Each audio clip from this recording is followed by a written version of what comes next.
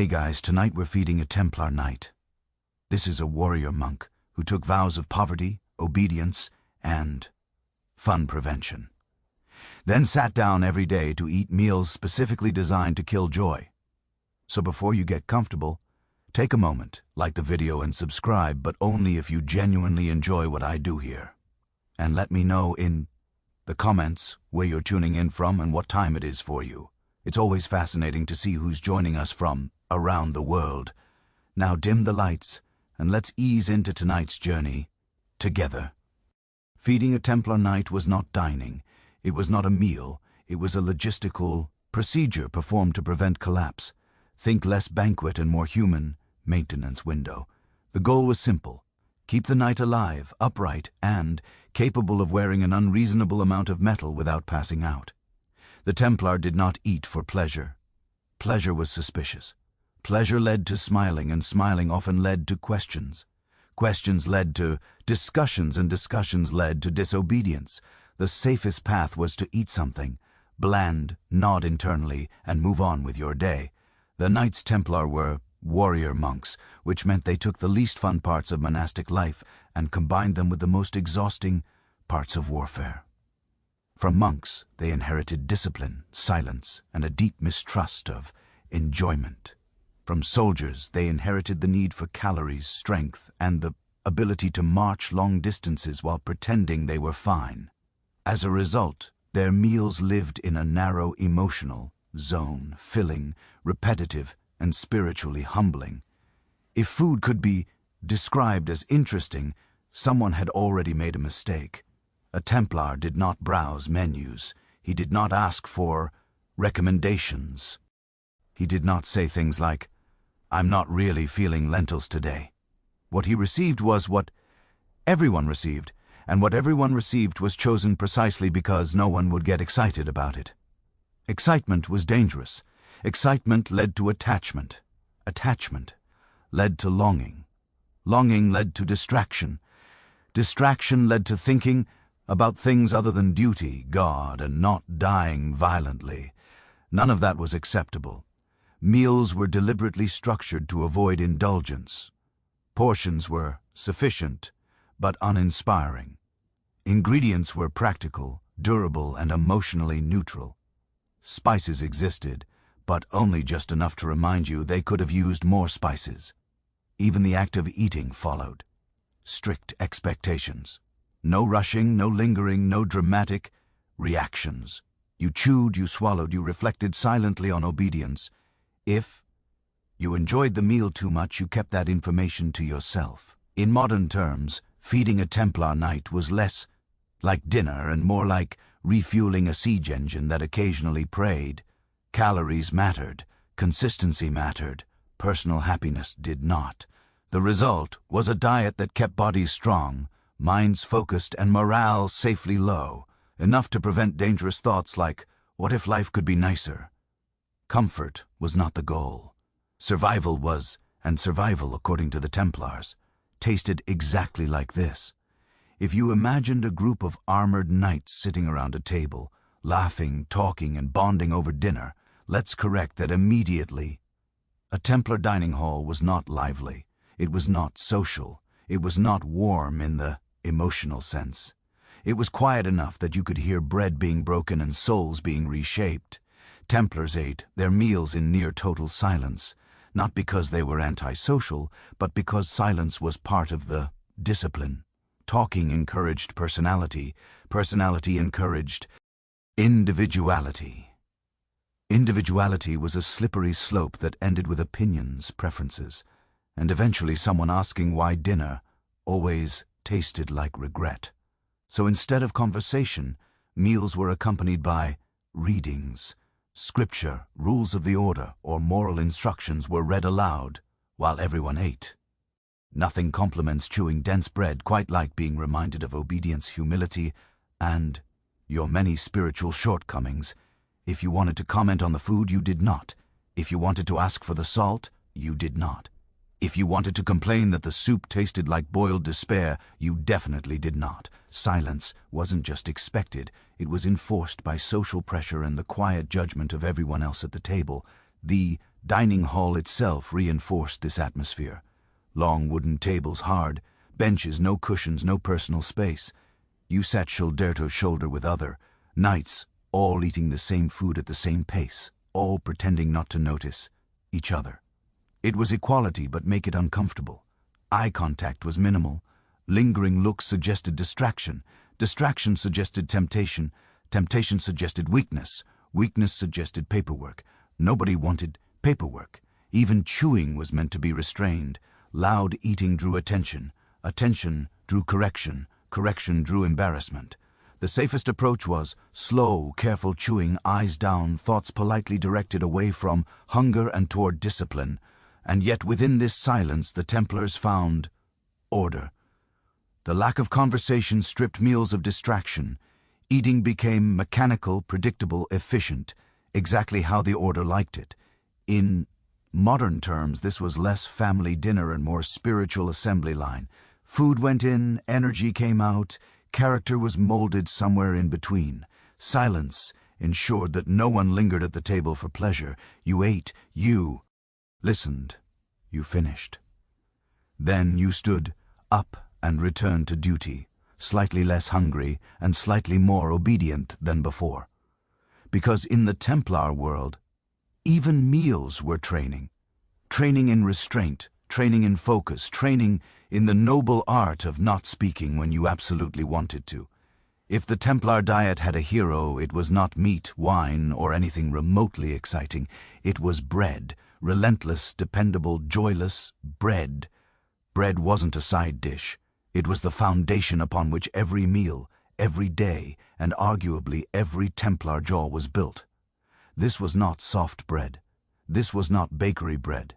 This was not tear it apart with your hands and smile bread. This was dense, dark, coarse, bread made from barley or mixed grains, bread with ambition, bread that resisted being eaten, bread that required commitment. A Templar did not casually snack on bread. He engaged with it. Chewing was an activity. Over time, a knight's jaw became stronger, not from battle, but from repeatedly negotiating with bread that refused to cooperate. Fresh bread was appreciated quietly and internally. Stale bread was normal. Rock-hard bread was expected. When bread reached the stage where it could reasonably be used to repair a wall, it was not discarded. It was soaked in broth and eaten anyway. Waste was sinful. Hunger was instructional. Bread was present at every meal because it solved several problems at once. It filled the stomach. It stored well. It traveled well. It asked nothing of you emotionally. You could march for hours on bread alone, provided you accepted that joy was no longer part of the arrangement. It also reinforced discipline. Bread was the same every day, predictable, reliable. If you started longing for variety, that was your problem, not the bread's. The bread was doing its job. Even the act of breaking bread was controlled. No tearing off giant chunks, no hoarding, porty. Ons were regulated so everyone received the same amount. Equality through carbohydrate distribution. And bread did more than feed. It absorbed soups, stews, and sauces, transforming thin liquids into something approaching a meal. In this way, bread was not just food. It was a tool, a sponge, a coping mechanism. There was no ceremony around it, no praise, no reflection on flavor. Bread existed, and therefore you ate it. In modern terms, bread was the Templar's protein bar, bland, efficient, and consumed with the understanding that it was not here to make you happy. If a Templar ever dreamed of food, it was probably bread. If he ever complained about food, it was silently to himself, while chewing. And if he ever thought, surely there must be more to life than this, the bread was there to remind him, no, there is not. At this point, you might be wondering when the Templars finally got to the good part. The roasted meats, the dripping fat, the heroic chewing.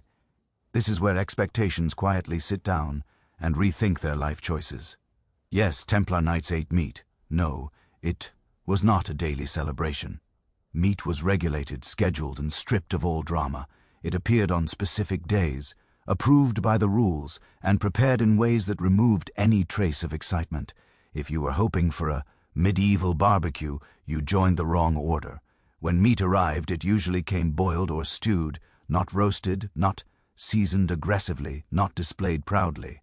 Boiled. This method had many advantages.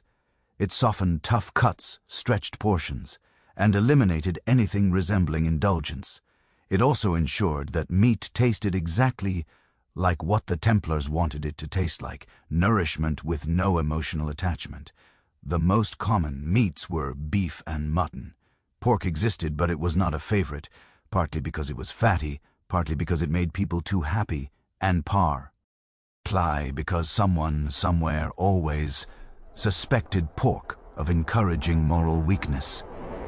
Poultry showed up occasionally, but never with ceremony. Chickens were eaten with the same enthusiasm one might show toward filing paperwork. Portions were controlled. You were not eating until you were full. You were eating until you were no longer hungry enough to complain internally. Overeating was discouraged. Gluttony was a sin. Enjoyment beyond a certain threshold was suspicious. And no rank did not earn you more meat. A knight did not receive a larger portion than a sergeant. Equality at the table reinforced obedience elsewhere. If you thought your battlefield bravery earned you an extra piece, the answer was no, and the silence around that no was very firm. Meat was seen as strengthening, but also dangerous. Too much meat led to excess energy. Excess energy led to restlessness.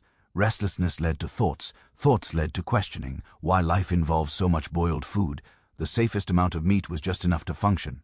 In modern terms, meat in a Templar diet was treated like a controlled substance. Approved, limited, carefully monitored. You got it because your body needed it, not because you wanted it. So yes, Templars ate meat, but they ate it the way they did everything else, without flair, without joy, and without letting it get any ideas. Just when a Templar Knight might start thinking, ah yes, meat again. Life is improving. The calendar quietly intervened. Enter the fasting days. And there were many. On those days, meat vanished, completely replaced by fish, because nothing says spiritual discipline like eating something that smells faintly offended by existence. Fish days were not rare exceptions. They were a regular feature of Templar life, showing up weekly and during long stretches of the religious year. The purpose was simple: restraint.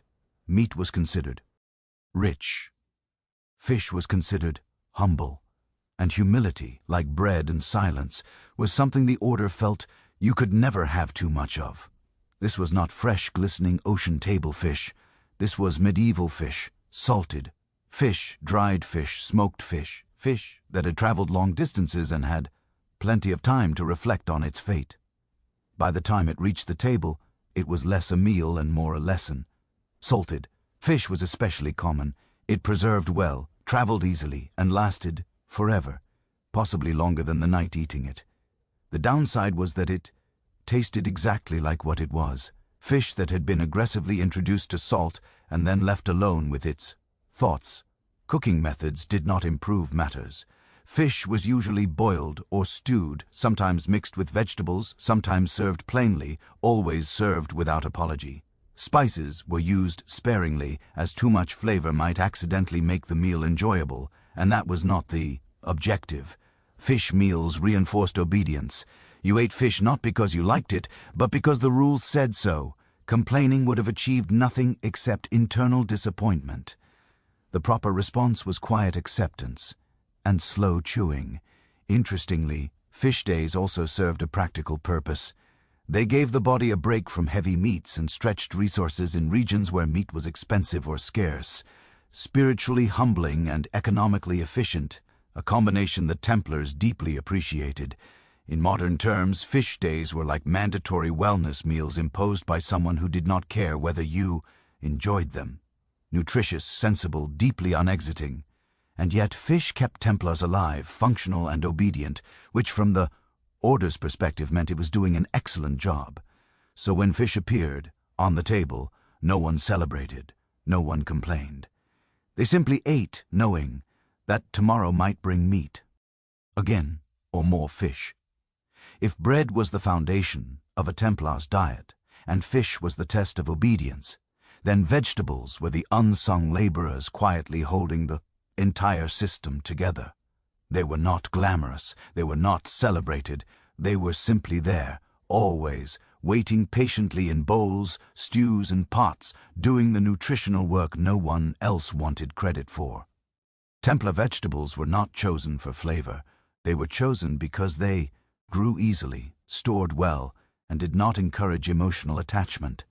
Onions, leeks, cabbage, beans, lentils, peas, vegetables that understood their role in life and did not aspire to greatness. Onions appeared constantly. They were cheap, durable, and capable of making otherwise bland food feel like it had briefly considered personality. Leeks were popular too, especially in stews where they dissolved into the background like obedient monks of the vegetable world. Cabbage showed up whenever someone remembered to grow it, and when it did, it stayed for a long time, both in storage and in memory. Legumes did most of the real work. Lentils and beans were filling, protein-rich, and deeply committed to being boiled until all individuality was removed. A pot of lentils could feed many nights, last several meals, and ask nothing in return except patience and low expectations.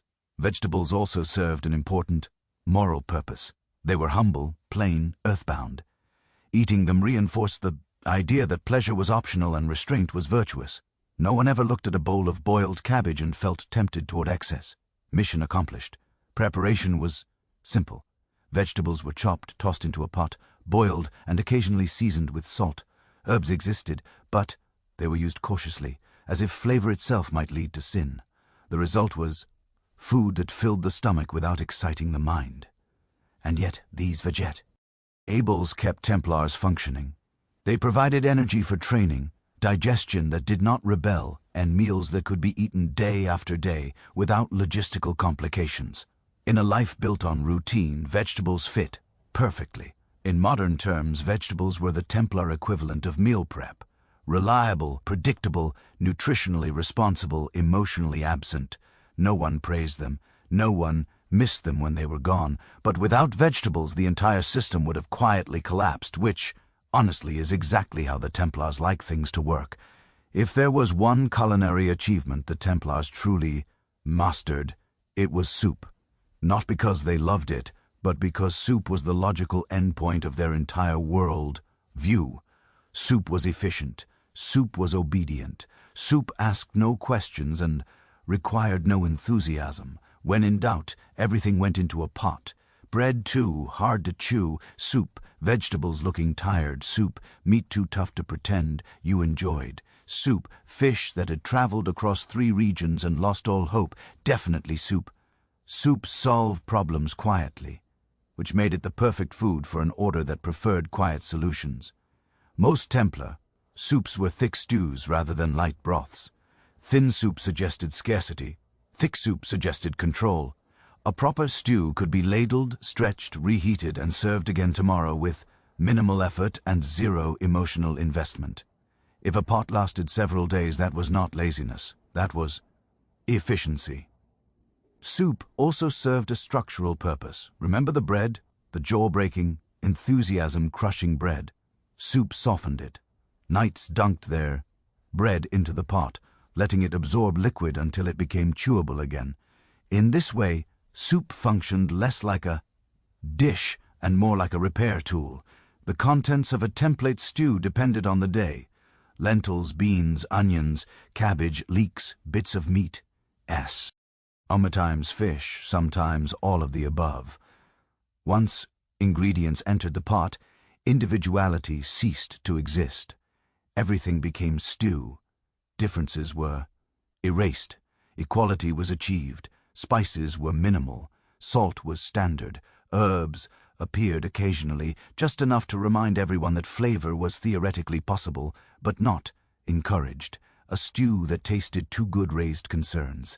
A stew that tasted acceptable meant it was doing its job. Soup was also practical during campaigns. Large pots could feed many men quickly. It required no fancy equipment, no precise timing, and no personal preference. You ate what you were given at the pace dictated by the ladle. In modern terms, soup was the Templar version of bulk cooking. Meal prep for men who believed joy was a distraction. No one praised the soup. No one complained about the soup. It existed. It warmed. It filled, and in the Templar worldview, that was perfection. If you could build a religion around a food, soup would have been a strong candidate. If you're wondering whether a hungry Templar could simply help himself to more food, the answer is no, and not a soft no, a very firm institutional no. Portion control was not a suggestion, it was policy. Eating was regulated with the same seriousness as prayer schedules and battlefield discipline. A Templar did not eat until he was full. He ate until he was no longer distracted by hunger. There is a difference. Fullness encouraged relaxation. Relaxation encouraged comfort. Comfort, once again, was suspicious. Meals were portioned evenly so that every man received the same amount. Equality at the table mattered deeply. If one knight received more, resentment followed. Resentment led to thoughts. Thoughts led to problems. The safest approach was identical bowls, identical portions, and identical disappointment. Second helpings were rare and required permission. You did not simple. Reach forward and refill your bowl like you were at a village feast. Doing so would have drawn attention, and attention was never helpful.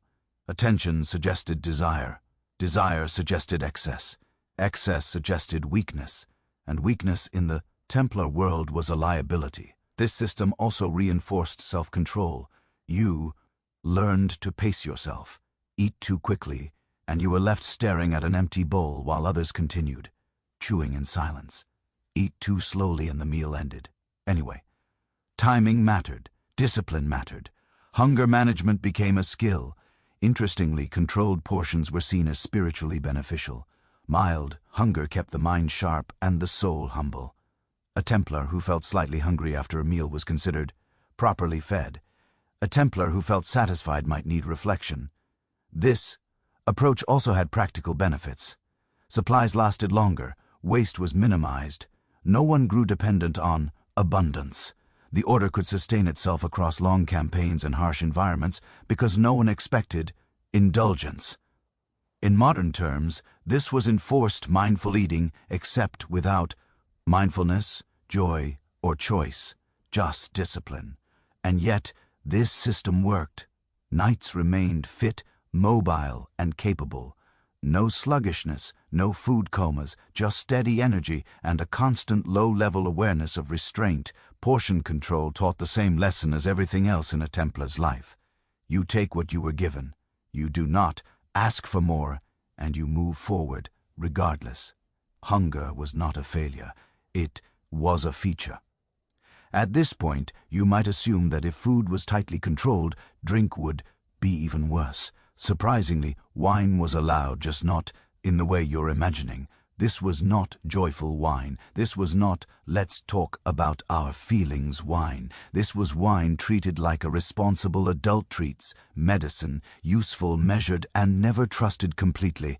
Templar Knights were permitted to drink wine because medieval water was often unreliable, occasionally hostile, and sometimes actively trying to kill you. Wine, especially when diluted, was safer. The key word here is diluted. Undiluted wine was considered excessive, risky, and suspiciously close to enjoyment. So, wine was mixed with water, reducing its strength and ensuring that no one accidentally had fun. This created a beverage that tasted like a thoughtful compromise between safety and disappointment. Enough alcohol to keep bacteria away, not enough to loosen tongues or encourage poor decision-making. Drunkenness was strictly forbidden. A drunk Templar was not just embarrassing, he was dangerous. Judgment mattered, discipline mattered. And nothing undermines discipline faster than someone loudly insisting they could definitely fight 3 men while leaning on a table. Wine was consumed quietly in moderation and usually alongside meals. You did not sip it slowly and reflect on the bouquet. You drank it to stay hydrated and move on with your responsibilities. If you noticed the flavor, that was incidental. There were also rules about who served the wine and how much was poured. No refills without permission, no lingering cups. The cup appeared, did its job, and disappeared again, much like joy in a Templar's life. Interestingly, wine also played a social leveling role. Everyone drank the same thing in the same amount. Rank did not bring better wine.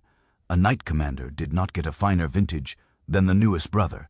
Equality once again was enforced through mild dissatisfaction.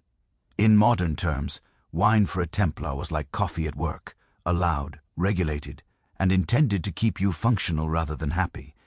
If you enjoyed it too much, you were probably doing it wrong. So yes, Templars drank wine, but they did so carefully, quietly, and always with the understanding that too much pleasure was far more dangerous than thirst. Wine was fuel, not escape. One of the most radical ideas in modern dining is choice, menus, options, preferences, allergies, the ability to say, actually, I'm not in the mood for that. None of this existed in a Templar dining hall. Choice was not removed accidentally. It was removed on purpose. A Templar Knight did not have preferences, or rather, he may have had them once long ago before he signed away his personality and received a white cloak in exchange. From that moment on, food was no longer something you selected. It was something you received. There was no asking what was for dinner. There was no hoping for something better tomorrow. There was certainly no saying, I don't really like fish. Disliking food was a private emotion to be processed internally, quietly, and never shared. Expressing preference suggested attachment. Attachment suggested desire. Desire suggested weakness. Weakness, as always, was inconvenient. This absence of choice was intentional training. When you eat what is placed in front of you day after day without comment, you learn a very specific lesson. Your comfort is not the priority. Obedience is. And if you can master that lesson at the table, you are far more likely to master it on the battlefield. Meals were identical not just in content but in experience.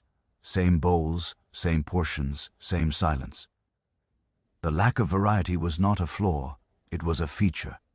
Variety encouraged comparison. Comparison encouraged dissatisfaction. Dissatisfaction encouraged thinking, and thinking in excess led to trouble. Even rank did not change this.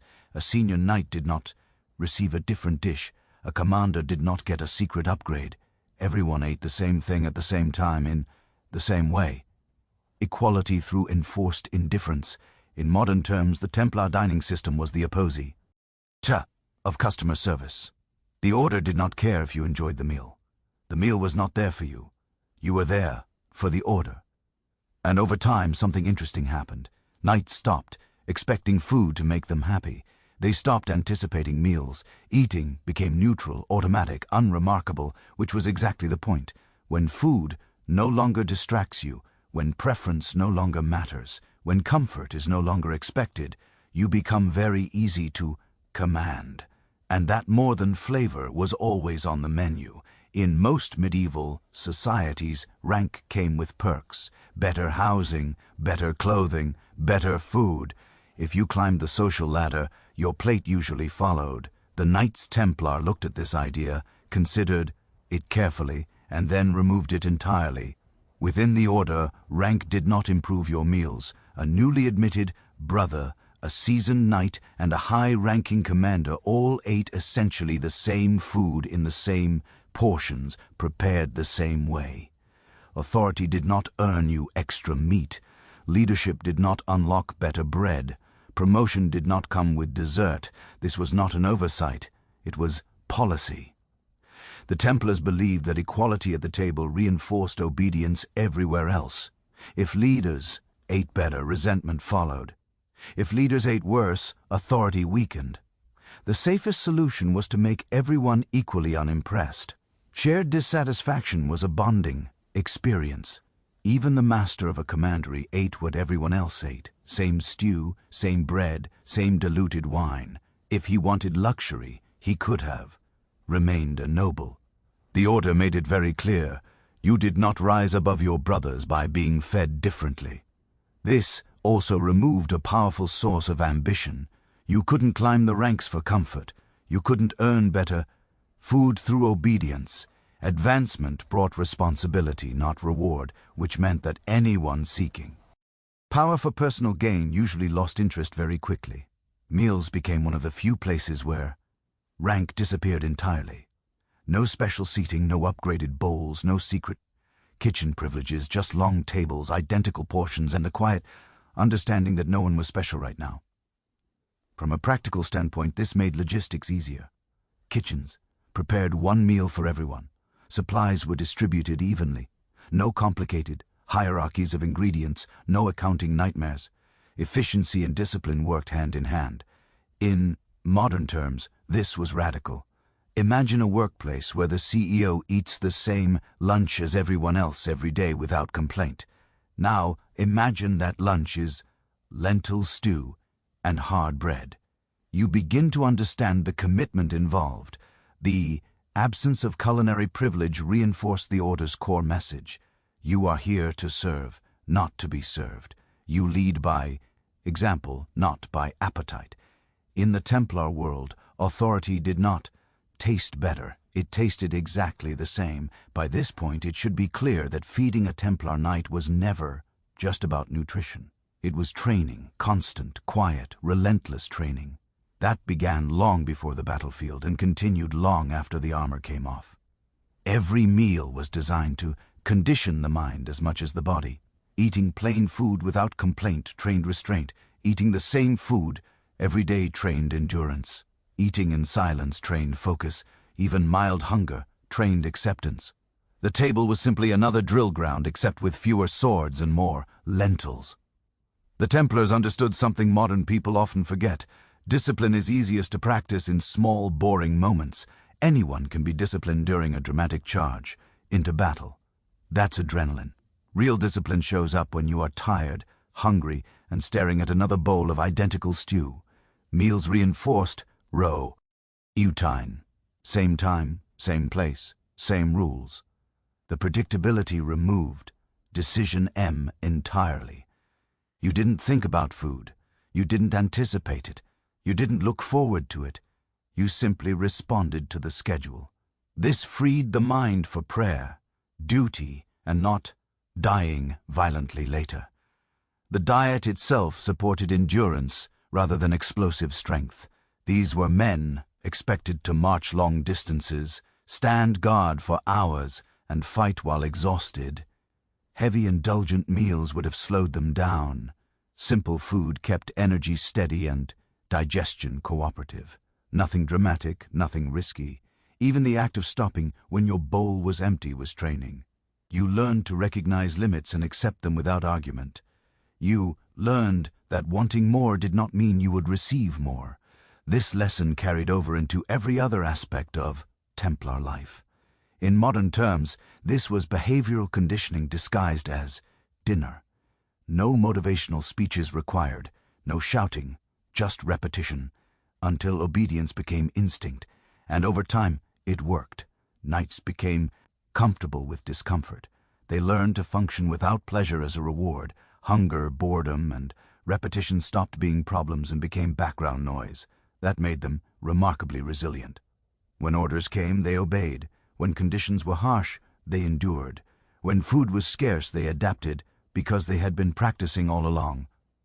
Eating for a Templar was not a break from training. It was part of it. At some point, every Templar Knight had to make peace with hunger, not dramatic, painful starvation, just a quiet, persistent sense that another bowl would have been nice. This was not considered a problem. In fact, it was considered a feature. The Templars believed that mild hunger was good for the soul. A knight who left the table slightly unsatisfied was not underfed. He was properly disciplined. Hunge. R sharpened awareness, encouraged humility, and prevented the dangerous illusion that life was meant to be comfortable. Comfort, once again, was suspicious. A full stomach led to drowsiness. Drowsiness led to wandering thoughts. Wandering thoughts led to reflection. Reflection in excess led to questions, and questions were rarely helpful to an organization built on obedience and clarity. A slightly hungry knight, on the other hand, stayed alert, focused, and much less interested in philosophical debates. Hunger also reinforced equality. Everyone felt it. No one escaped it. If the entire table stood up from a meal with the same faint dissatisfaction, harmony was preserved. Shared discomfort was a powerful unifying force. It reminded each man that he was part of something larger than his own appetite. There was also a spiritual dimension. Medieval Christianity viewed hunger as a form of discipline and purification. Fasting had long been used to train the will and quiet the body's demands. The Templars didn't fast constantly, but they lived close enough to hunger that fasting never felt shocking.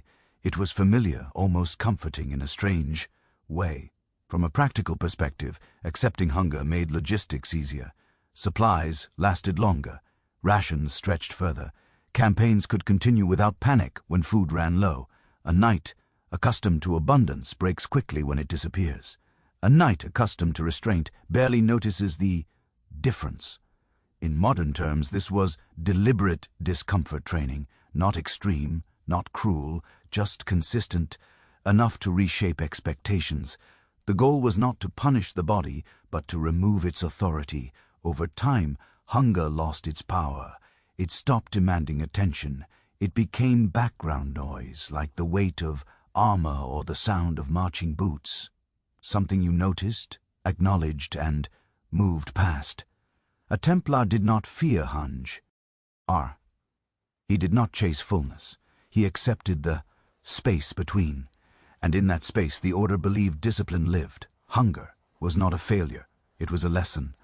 By now, it should be clear that food in a Templar's life was doing far more than keeping him alive. It was teaching him something constantly, quietly, relentlessly. Every meal was a lesson, and the curriculum was simple. Obedience, restraint, and the understanding that life was not designed around your comfort. The Templars believed that the body was not an enemy, but it was definitely not in charge. Food was one of the easiest ways to remind it of that fact. Plain meals taught humility. Repetition taught patience, controlled portions taught self-command, and the absence of indulgence taught something even more important. You could survive without getting what you wanted. This wasn't accidental. The Order understood human psychology better than it let on. If you train a man to obey rules when he is tired and hungry, he will obey them when he is rested and afraid. If you teach him to accept disappointment at the table, he will accept hardship on the march. Even flavor played a role. Food that was too enjoyable invited lingering. Lingering invited attachment. Attachment invited longing for comfort beyond the table. So meals were kept deliberately neutral, not bad enough to cause rebellion, not good enough to cause desire, a perfect balance of fine. And that will do. Meals also reinforced identity. You were not an individual expressing taste. You were a brother participating in a shared rule. Eating the same food at the same time in the same way dissolved individuality and replaced it with belonging. The message was clear. You are part of something larger, and that something eats lentils. There was also a moral warning built into every bite. Excess was dangerous. Desire was distracting. Pleasure was not evil, but it was unnecessary. The Templars were not trying to punish the body. They were trying to prevent it from negotiating. In modern terms, this was behavioral, conditioning disguised as nutrition. No speeches required, no dramatic rituals. Just daily repetition until the lessons sank in. Food taught the knight to accept limits, to resist impulse, to value purpose over pleasure. And when you live that lesson every day, it stops feeling restrictive. It starts feeling normal. That was the real achievement of the Templar diet. Not strength, not endurance, but the quiet reshaping of expectation. By the time a knight rose from the table, he had not just eaten. He had been reminded once again of who he was meant to be. In the end, feeding a Templar Knight was never about food. Food was just the delivery system. The real purpose was to sustain a life built on obedience, endurance, and the quiet acceptance that comfort was not part of the contract. Every meal reinforced the same message: you are not here for yourself.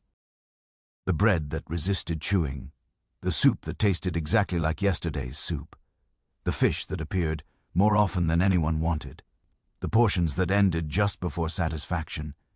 All of it worked together to create a knight who expected little and endured much. The Templars did not try to make men strong by feeding them richly. They made them strong by teaching them to function without luxury. A knight who could fight, pray, march, and think clearly on plain food was a knight who would not fall apart when conditions worsened, and conditions always worsened. This diet shaped bodies, yes, lean, durable, capable of long effort, but more importantly, it shaped expectations. A Templar did not wake up hoping for a good meal. He woke up expecting duty. Food simply supported that expectation like armor supports the body, heavy, restrictive, and necessary. And this system worked. For generations, the order maintained discipline across vast distances, hostile environments, and constant pressure. They marched, guarded, and fought without needing incentives beyond purpose and structure. Their meals were not rewards, they were routines. In modern terms, feeding a Templar Knight was closer to maintaining a machine than hosting a human being. You gave it what it needed. No more, no less. If the machine complained, that was a flaw to be corrected, not a request to be honored. There is something unsettling about that, and something impressive, because in a world obsessed with comfort, the Templars built an identity around restraint.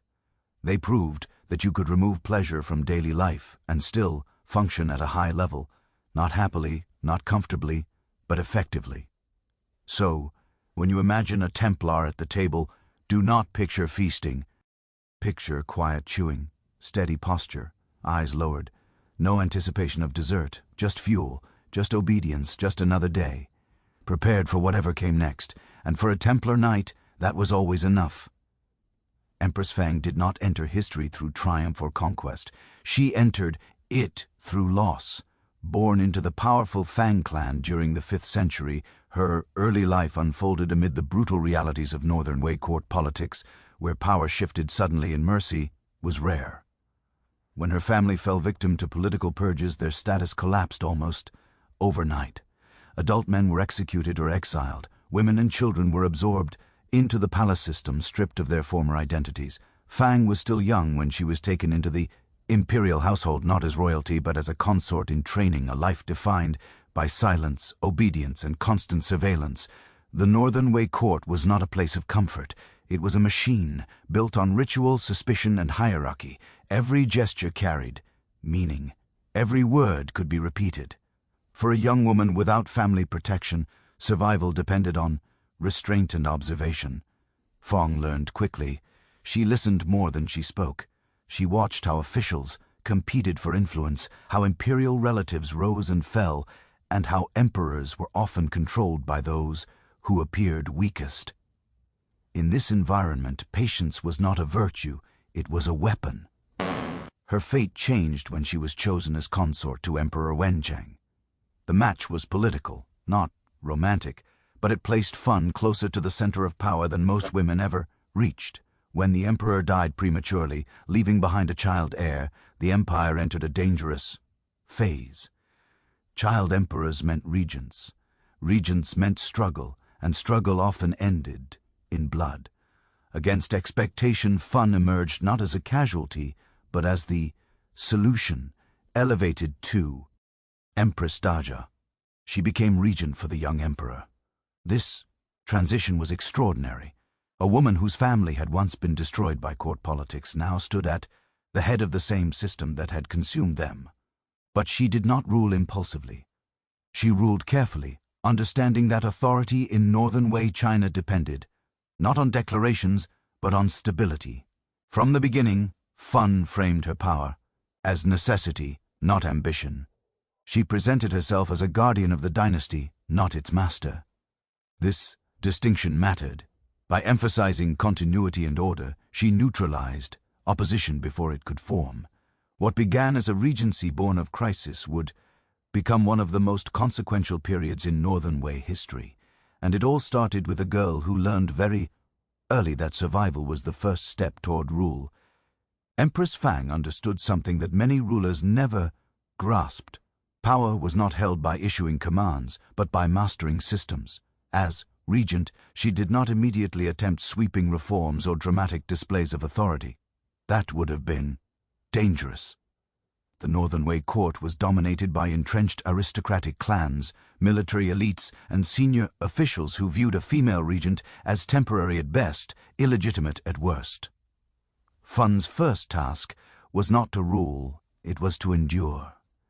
She began by studying the machinery of governance, court rituals, legal procedures, land, administration, military appointments. None of these were abstract concepts. They were levers. Fan attended meetings quietly, allowing ministers to speak freely, often at length. This silence was strategic. Officials revealed their ambitions, rivalries, and weaknesses without realizing they were being observed. Over time, she learned who valued stability, who thrived on chaos, and who could be trusted only when watched closely. Rather than purge the court, Fan preserved it. She retained experienced officials, even those who doubted her authority, because continuity mattered more than loyalty in the early years. Abrupt changes would have signaled insecurity. Stability, on the other hand, projected confidence. Slowly, the court adjusted. Ministers stopped waiting for a male regent to appear. They brought their concerns directly to her. Fan also understood the importance of legitimacy. As a non-Waba woman ruling a Shanbeld dynasty, she occupied an unusual position. Instead of resisting this, she reframed it. She emphasized Confucian ideals of moral governance, while respecting steppe traditions valued by the ruling elite. This dual approach allowed her to speak to both sides of the empire without alienating either. It was not compromise, it was synthesis. Behind the scenes, Fan reorganized palace authority. Eunuchs often used as power brokers were placed under stricter supervision. Imperial relatives were kept close, but politically limited. The regent reduced opportunities for factional alliances by dispersing influence across multiple offices. No single group was allowed to dominate. Balance became policy. Perhaps, most importantly, Fan avoided the appearance of permanence. She consistently referred to her role as temporary guardianship, ruling only until the emperor came of age. This reassured officials while giving her room to act. In practice, she was already shaping the future of the dynasty, but she did so quietly, patiently, building control not through fear but through structure. By the end of this phase, Fan was no longer merely surviving the court. She was directing it. And the empire, for the first time in years, was steady. Empress Fang did not see government as something that existed only in palaces and memorials. To her, rule began in the countryside. Northern Wei China in the 5th century was scarred by decades of warfare, forced migrations, and uneven land control. Powerful clans accumulated estates while small farmers disappeared into debt, flight, or servitude. An empire could not survive this imbalance for long. Fang understood that if the state did not reclaim its relationship with the land, it would lose its people. One of her most consequential moves was to strengthen and expand systems of land regulation. Rather than allowing aristocrats to absorb farmland unchecked, the court reasserted control over land distribution and taxation. Peasant households were registered more carefully, ensuring that taxes were assessed more evenly and that labor obligations were not arbitrarily increased by local elites. This was not benevolence alone, it was strategy. A stable tax base meant predictable revenue, and predictable revenue meant fewer military revolts. Fan also worked to reduce the abuse of corv labor. Farmers were the backbone of the dynasty's economy, but they had long been treated as expendable. Under her direction, limits were placed on forced labor demands, especially during planting and harvest seasons. These adjustments may seem minor, but they had profound effects. Villages that could feed themselves were less likely to rebel or flee. The empire grew quieter, not because of fear, but because daily life became more survivable. At the same time, Fong strengthened central oversight. Provincial governors were monitored more closely. Their appointments rotated to prevent the formation of local power bases. Reports were standardized, making it harder to hide corruption behind vague language. Officials who exploited peasants too openly were removed, not with spectacle, but with efficiency. The message was clear. Authority flowed downward from the court, not upward from private estates. These reforms also served a cultural purpose by emphasizing orderly administration and moral governance. Fun Aleg, knit the dynasty more closely with Chinese bureaucratic ideals. This helped integrate the Northern Wei state into broader traditions of imperial rule, reducing the perception that it was merely a conqueror regime imposed from outside. By reinforcing the link between land, people, and state, Fong transformed governance into something durable. Her power no longer rested solely on her position as regent. It rested on systems that functioned even in her absence. And that more than any decree marked the beginning of lasting imperial reform. Empress Fang understood that belief could stabilize an empire as effectively as laws. In a realm fractured by ethnic divisions, recent conquest, and lingering distrust between ruling elites and the population, ideology mattered. Fang did not treat religion as a personal refuge or court ornament. She treated it as state infrastructure. Buddhism, already spreading across northern China, offered a moral language that transcended clan and origin. Fang recognized its political potential immediately. Under her regency, Buddhism received unprecedented imperial support. Monasteries were expanded, monks were protected, and religious institutions were formally integrated into the state. This was not blind patronage.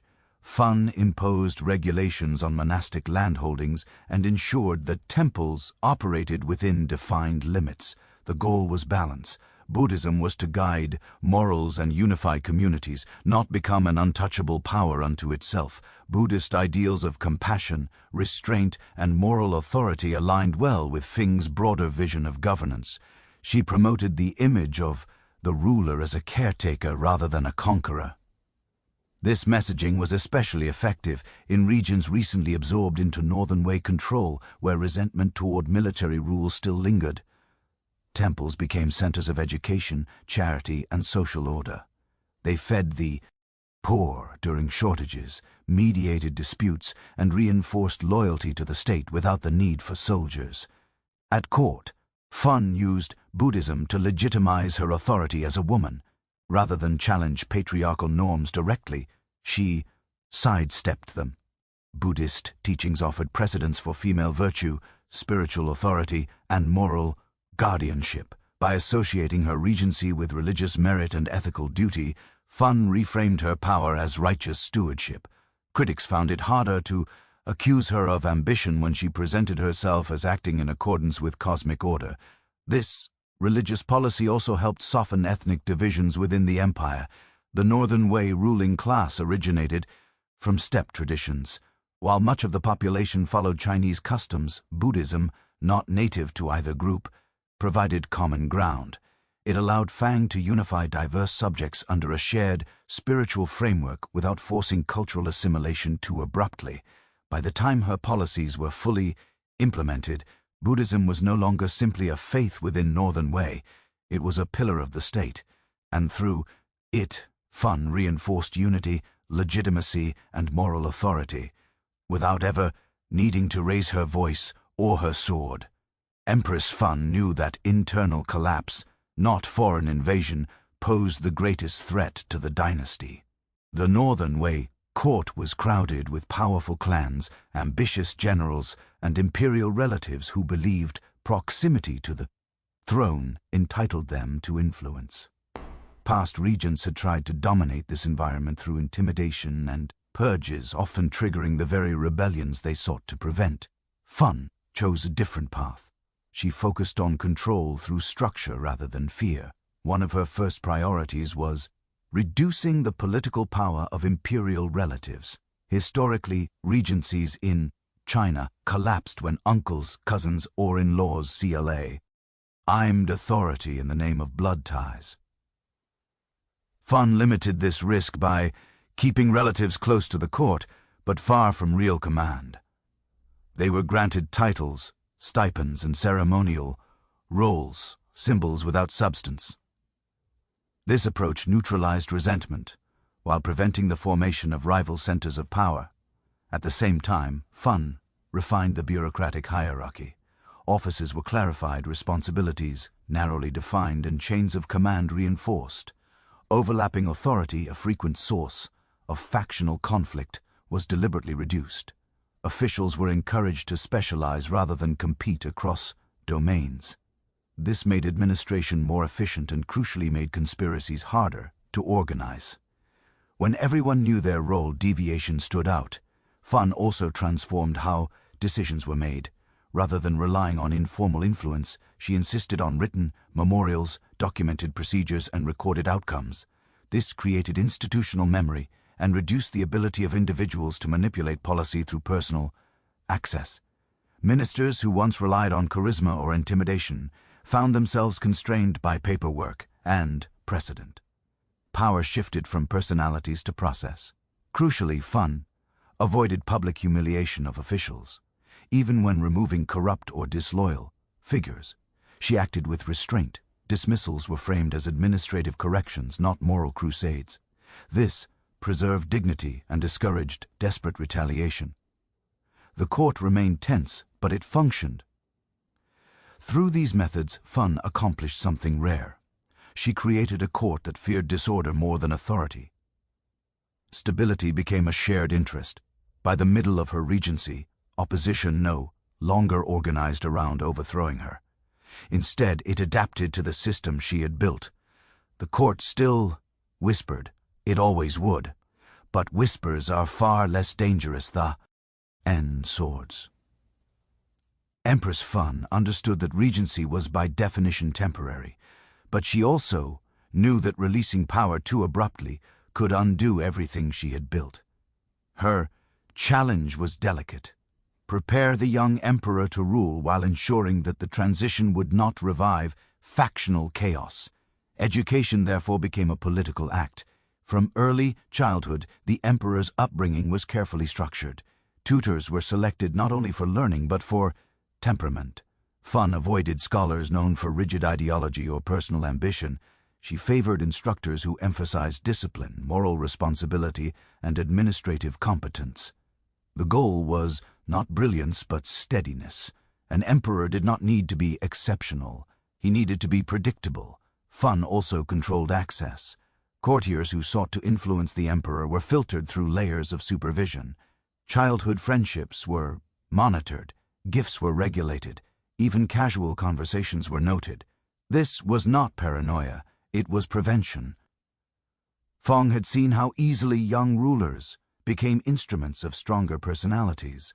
She would not allow her work to be undone by flattery whispered into a child's ear. At the same time, she avoided isolating the emperor completely. He was gradually introduced to court rituals, audiences, and administrative procedures. Fun often observed silently as he presided over minor matters, intervening only when necessary. These moments were instructional. Mistakes were corrected privately, preserving imperial dignity. Successes were attributed to the emperor himself.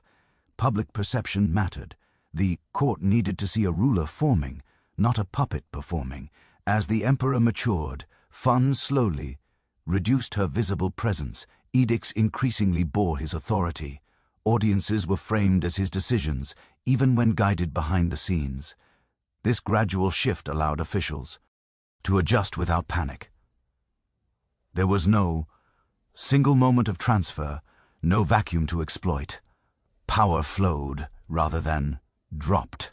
Yet Fun never relinquished oversight prematurely.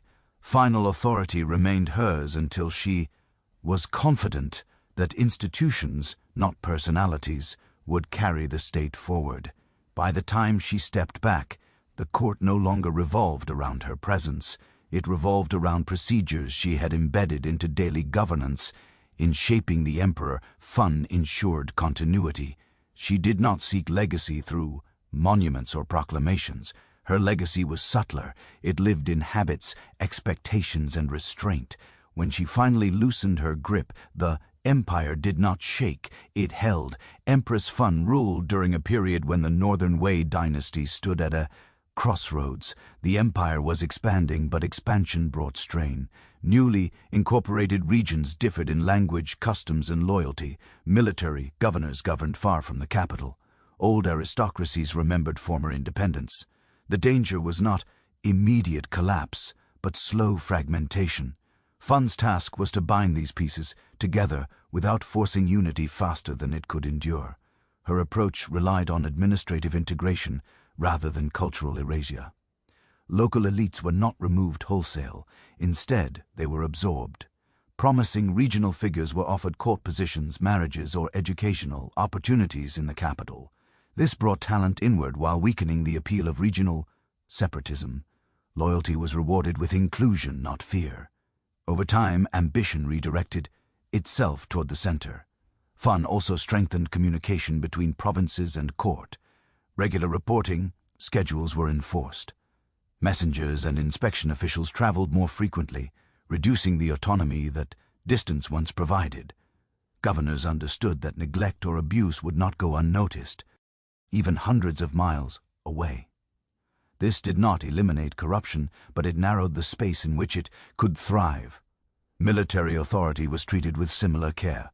Fang respected the army's importance, but she avoided allowing generals to become political actors. Commands were rotated. Honors were distributed broadly rather than concentrated. Victories were celebrated as imperial achievements, not personal triumphs. By keeping military prestige tied to the dynasty rather than individuals, she prevented the emergence of warlords. At the ideological level, Fun emphasized order and continuity. Laws were standardized across regions where possible, reducing confusion and resentment. Ritual practices were adjusted gradually, allowing local customs to coexist under imperial frameworks. The message was consistent. The empire did not demand sameness, only loyalty and stability. What made these efforts effective was restraint. Fun did not attempt to solve every problem immediately. She prioritized cohesion over perfection. Regions were allowed to adapt at different speeds as long as the direction remained clear. The state became less brittle, more flexible. By maintaining unity through administration, communication, and inclusion, Fun ensured that the Northern Wei Empire did not tear itself apart under the weight of its own growth. It remained whole, not because it was forced to be, but because it worked. Empress Fun paid a price for the stability she created. Long regencies rarely end without resentment, and Fun's was no exception. By the later years of her rule, the empire was orderly, revenues were reliable, and rebellion was rare. But beneath the surface, tension accumulated. Officials who had grown up entirely under her authority began to chafe against it. Younger courtiers, ambitious and impatient, viewed her continued influence as an obstacle rather than a safeguard. Un was not unaware of this shift. She had always understood that power, when held too visibly for too long, invites resistance regardless of results. Her response was not repression. Instead, she narrowed her involvement. Matters she once handled personally were delegated. Court audiences became shorter. Decisions increasingly followed established procedure rather than personal instruction. This withdrawal was calculated, but it was also risky. Too sudden a retreat could expose weaknesses she had spent decades concealing. There were also personal costs. Fun had no traditional family life. Her position required emotional distance, constant vigilance, and a public image of composure that left little room for private grief or attachment. The court respected her, but few loved her. That isolation was the price of being indispensable. In stabilizing the empire, she had made herself singular, and singular figures are always alone. Criticism, once muted, became more open. Some accused her of ruling too long. Others whispered that the dynasty had become dependent on her judgment. Fun did not respond publicly. She had learned early that answering every accusation only amplified it. Silence once again became her shield. Yet she did not cling to authority blindly. Fun prepared for the end of her regency as carefully as she had prepared for its beginning. She ensured that succession protocols were clear, that officials understood their roles, and that no single faction stood ready to seize control. Her final years were devoted less to innovation than to preservation. When Feng's direct influence finally faded, the empire did not celebrate, nor did it collapse. That quiet outcome was her final success. The cost of her authority had been personal, prolonged, and heavy, but it had spared the dynasty a far greater price. Empress Fun did not leave behind a dramatic final act. There, Wa. No coup, no violent reckoning, no sudden unraveling of power. Instead, her departure from the center of authority was almost anticlimactic, and that was precisely the point. Empires usually reveal the quality of their rulers, not during moments of strength, but at the moment they step away. In this test, Fun succeeded. By the time her influence fully receded, the Northern Wei state no longer depended on her presence to function. Officials knew their responsibilities. Provincial governors understood the limits of their authority. The emperor ruled within a framework shaped by discipline rather than impulse. Laws were enforced through procedure, not favoritism. The court no longer waited for a single voice to decide its direction. It moved according to patterns Fun had spent decades embedding. Her greatest achievement was not any single reform, but coherence.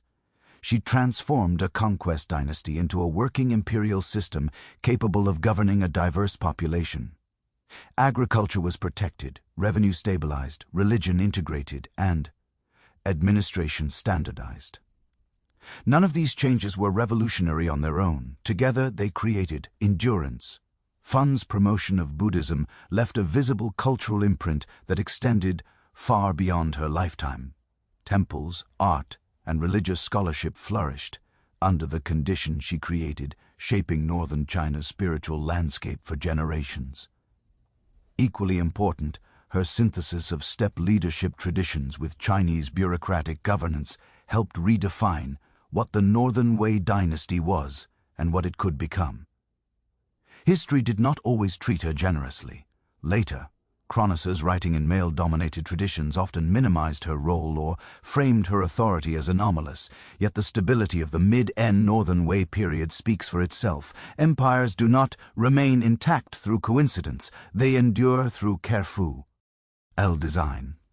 Fun ruled without a crown in her own name, without founding a new dynasty, and without rewriting history to glorify herself. Her power was exercised in restraint, not spectacle. When she stepped aside, the state remained calm. That calm was her monument.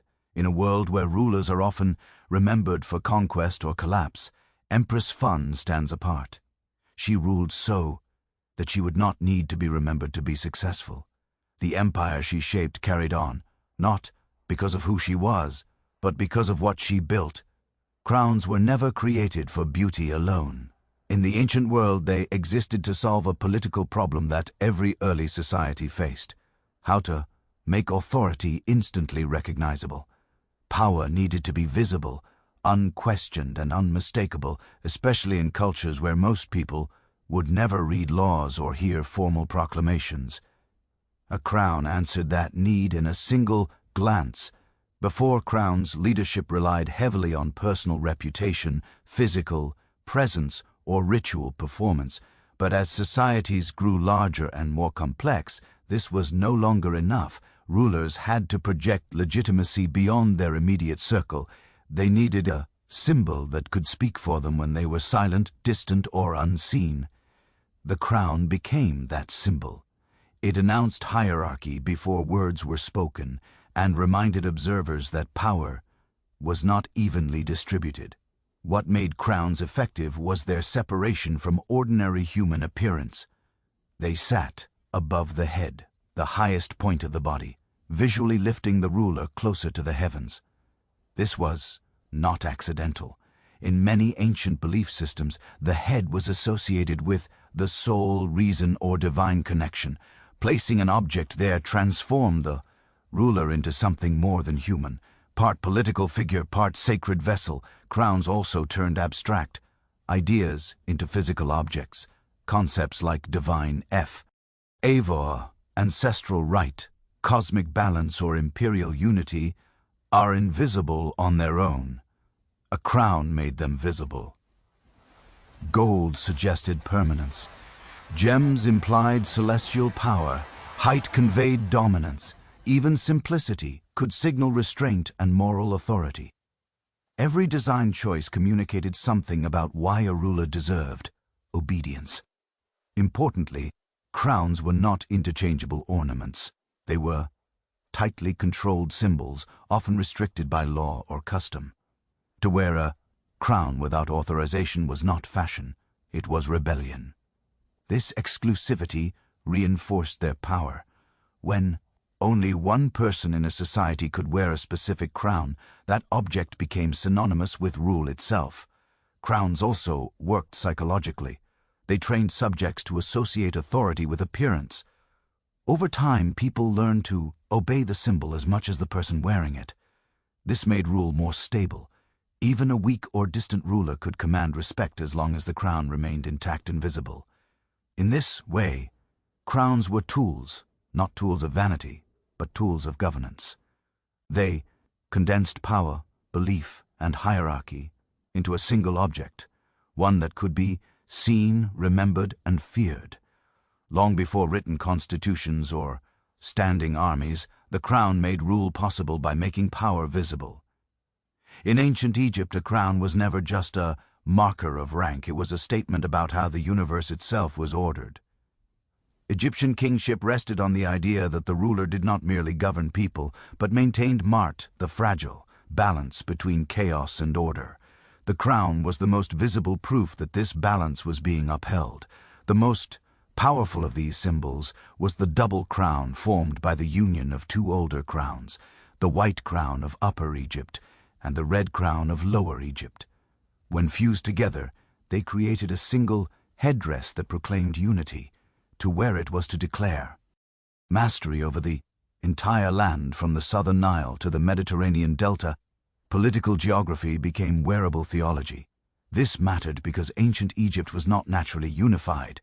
The Nile Valley encouraged regional identities and fragmentation was a constant threat. The double crown turned unity into a sacred condition rather than a temporary political arrangement. As long as the king wore it, Egypt was whole, not because borders were defended, but because the cosmos demanded it. The crown also reinforced the pharaoh's semi-dean status.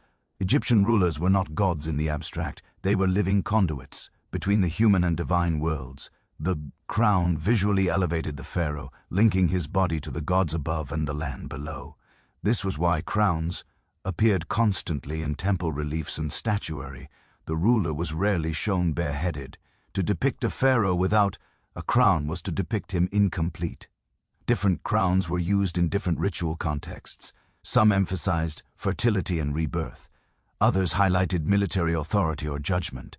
Switching crowns was not costume change, it was role change.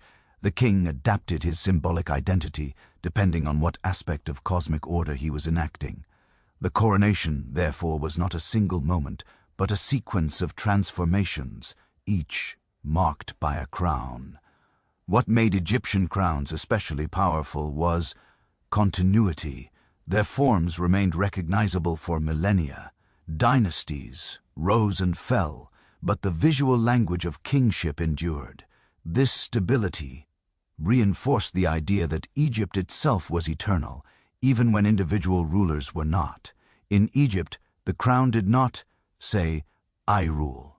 It said, "The world is still in balance," and as long as that crown remained on the pharaoh's head, chaos, at least symbolically, was held at bay.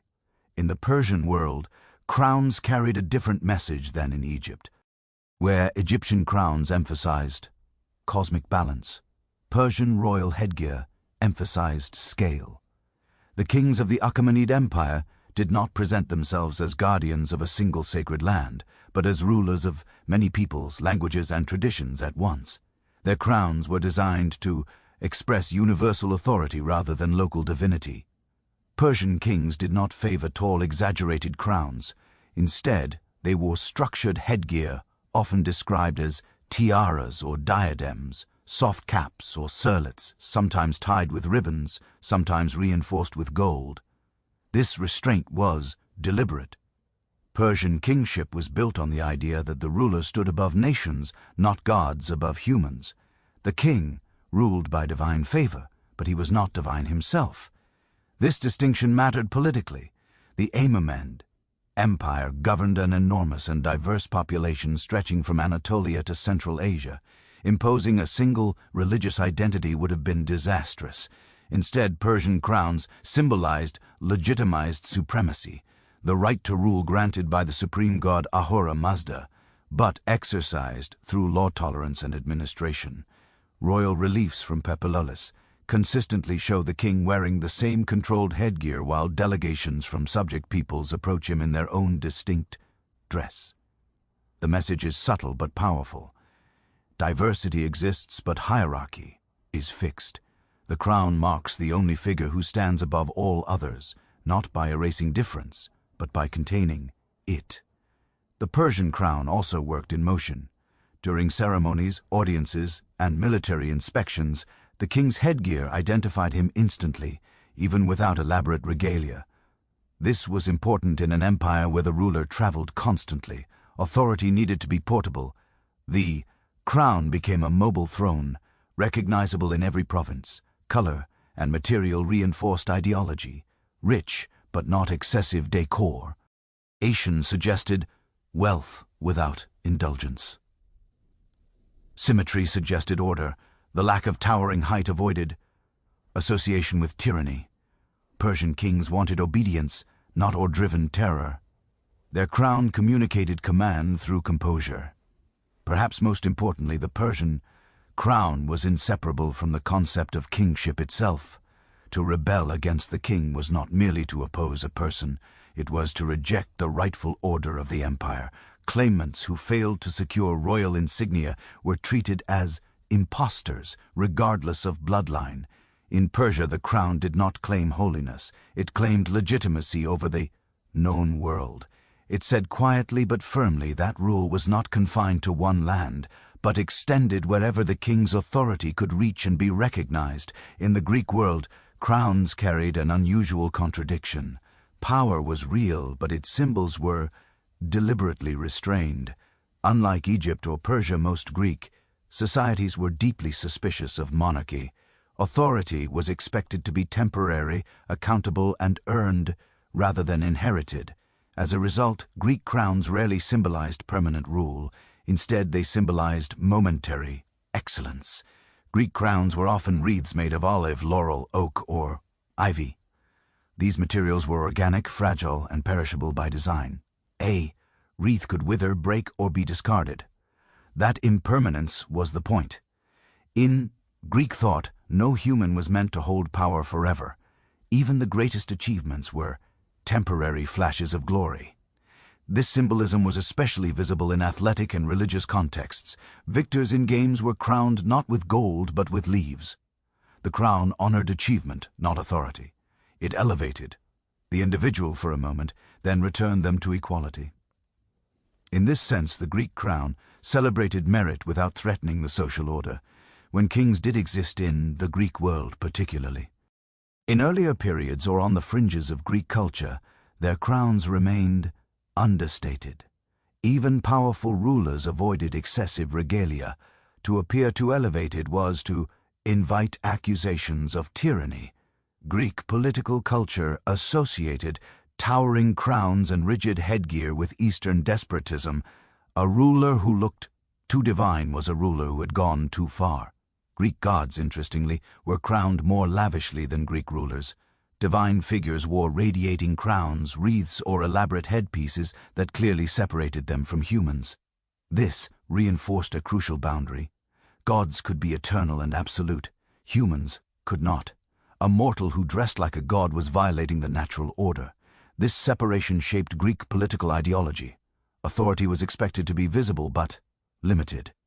Symbols had to reinforce restraint rather than dominance. Even later, Hellenistic rulers who adopted more elaborate crowns after the conquests of Alexander the Great struggled with this tension. Their diadems borrowed from Persian models, but Greek audiences never fully accepted them as natural. In Greece, the absence of a permanent crown was itself a statement. It said that power belonged to the community, not the individual. Leadership was a role, not an identity. The crown, when it appeared at all, was light enough to remove. This resistance to crowned permanence would echo far beyond Greece. It planted an idea that authority could exist without divine costume, an idea that would later challenge empires built on gold, height, and spectacle. In ancient Rome, a crown was dangerous, not because it lacked power, but because it symbolized the wrong kind of power. Roman political culture was built on a deep hostility toward kingship. The memory of expelled monarchs lingered for centuries, shaping a system where authority had to be justified as service to the state, not personal domination. As a result, wearing a crown in Rome was not a declaration of legitimacy, it was an accusation. Early Roman leaders avoided crowns entirely. Even victorious generals celebrated in triumphs did not wear royal headgear. Instead, they were granted temporary honors, wreaths, laurel crowns, or civic crowns awarded for specific acts like saving Roman citizens. These were rewards, not claims. They elevated achievement without implying permanent authority. This distinction mattered intensely. In Rome, power was supposed to be collective, institutional, and reversible. Magistrates held office for fixed terms. Even dictators, in theory, relinquished control once emergencies passed. A crown suggested something else entirely: permanence, personal sovereignty, and rule above the law. That was unacceptable. The tension reached its peak during the late Republic. As individuals accumulated unprecedented power, the symbolism of crowns became explosive. When Julius Caesar was offered a diadem, the crowd reacted with shock. His refusal was staged, but the message was clear. Accepting a crown would have confirmed fears that Rome was sliding back into monarchy. Caesar's assassination soon followed, not because he wore a crown, but because many believed he intended to. After the Republic collapsed, Roman emperors faced a symbolic dilemma. They ruled as monarchs in practice, but could not appear as kings. Early emperors avoided crowns and preferred modest headbands or wreaths. Authority was expressed through titles, military command, and ritual, not through a single dominating object. Only later, under stronger imperial control, did crowns slowly return to Roman imagery. Even then, they were carefully framed. Crowns symbolized victory, divine favor, or cosmic order, but never overt kingship. The emperor was presented as first among citizens, even when that was no longer true. Rome's uneasy relationship with crowns reveals something essential. Symbols do not just reflect power, they test it. In Rome, a crown did not make a ruler stronger, it made him vulnerable. And for centuries, that fear shaped how authority dressed itself carefully, cautiously, and always aware that one wrong symbol could end an empire. In early imperial China, crowns were never meant to dazzle. They were meant to instruct. Unlike the gold-heavy regalia of other civilizations, Chinese imperial headgear emphasized restraint, balance, and moral responsibility. Authority was not proven by excess, but by self-control. A ruler's crown was a visual reminder that power existed to serve order, not ego. The most iconic form of Chinese imperial headwear was the miangguan, a ceremonial crown featuring hanging beads that partially obscured the emperor's face. This design was deliberate and deeply symbolic. The strands in front reminded the ruler to avoid improper sights.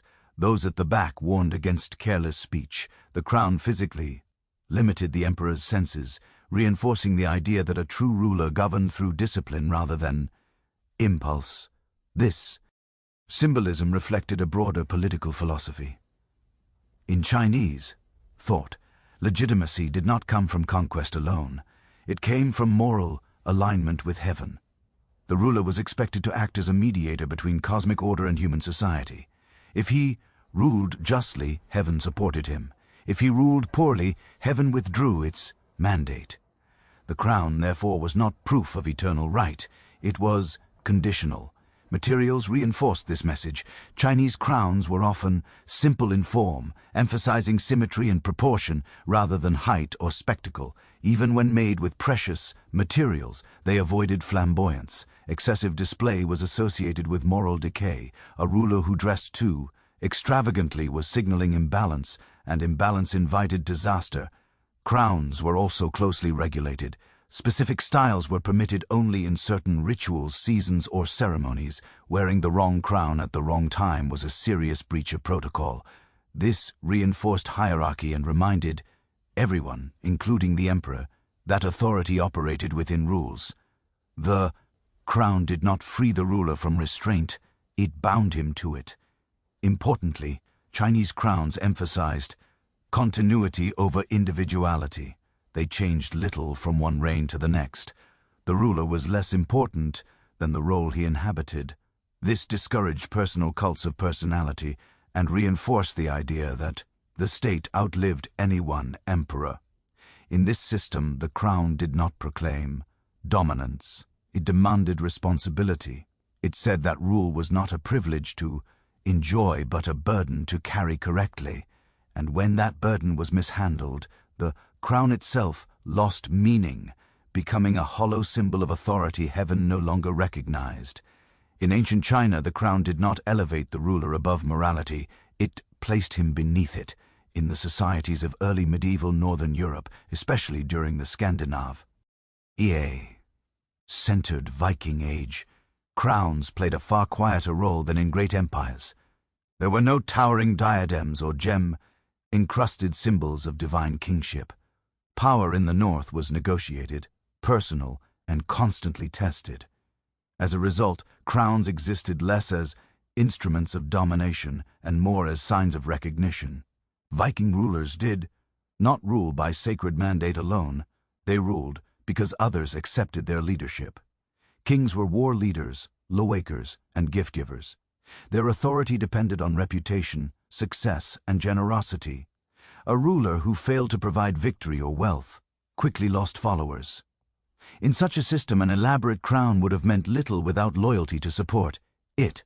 When crowns or surlets did appear, they were modest, thin bands of metal, often silver or bronze, worn during assemblies, rituals, or diplomacy.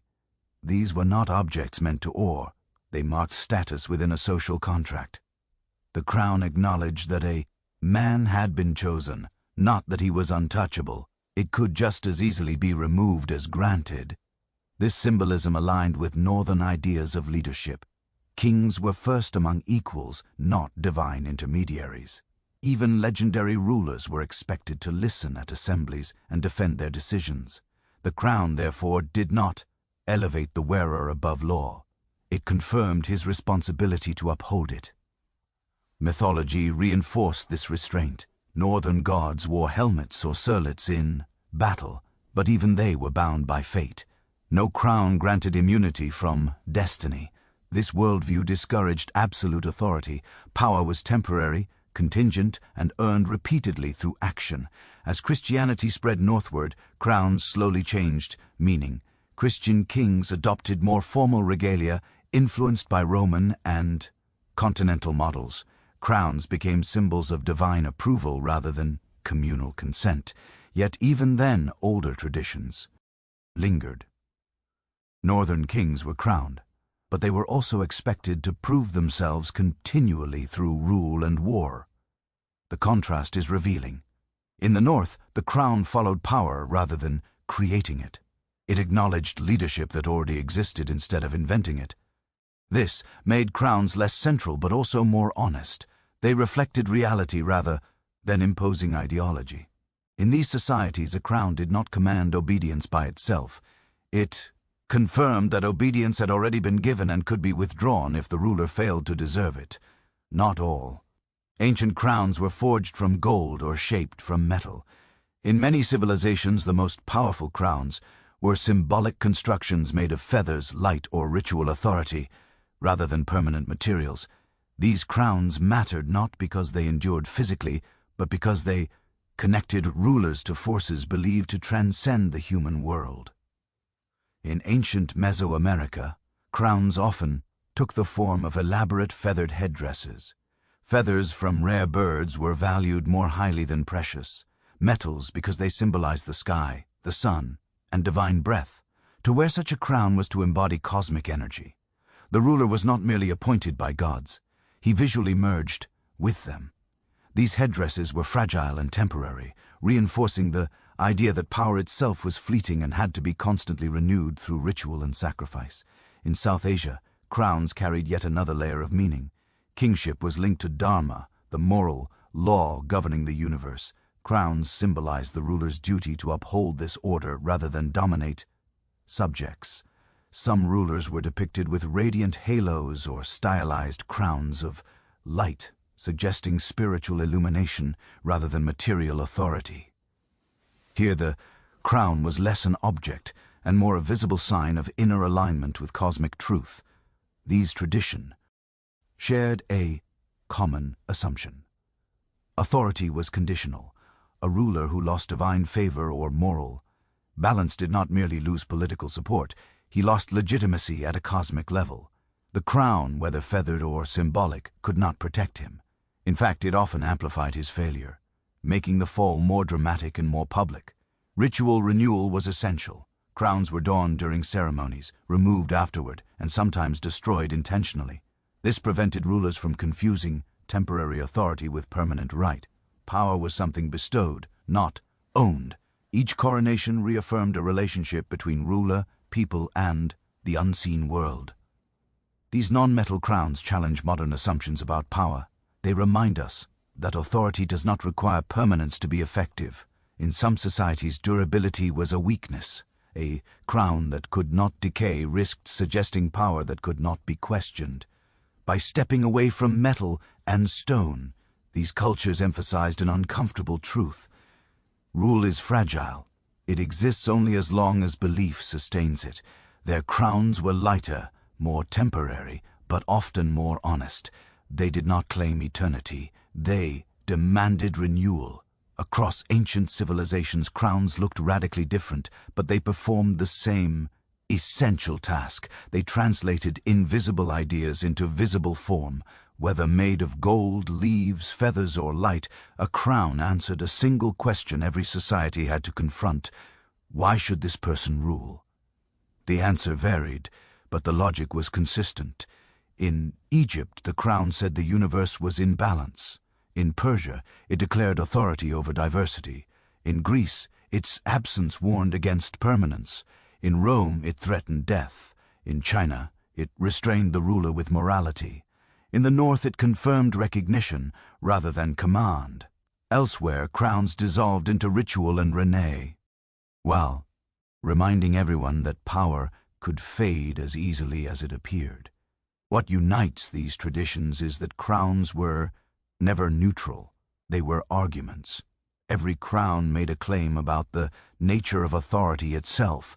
Was power divine or conditional, eternal or temporary, personal or institutional? The shape, material, and rules surrounding a crown encoded political ideology more clearly than any written law most people would ever read. Crowns also reveal a deeper truth about early states. Power was fragile. Rulers could command armies, but belief was harder to control. A crown helped stabilize belief by giving it form. People obeyed not only the individual but the symbol.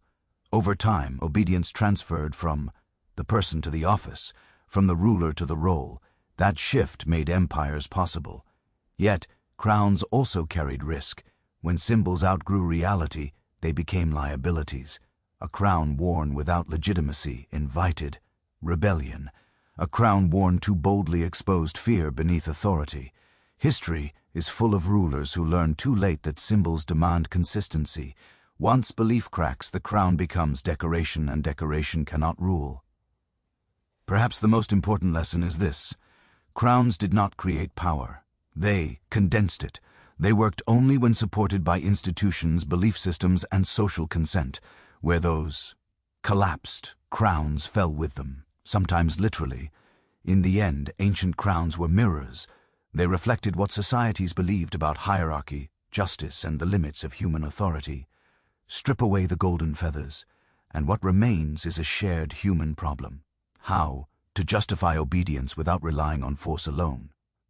Crowns were one solution, not perfect, not universal, but powerful enough to shape civilizations and fragile enough to remind us that rule, like belief, must always be maintained. The Great Wall of China was never conceived as a single continuous monument. It began as an idea born of fear, geography, and fragmentation.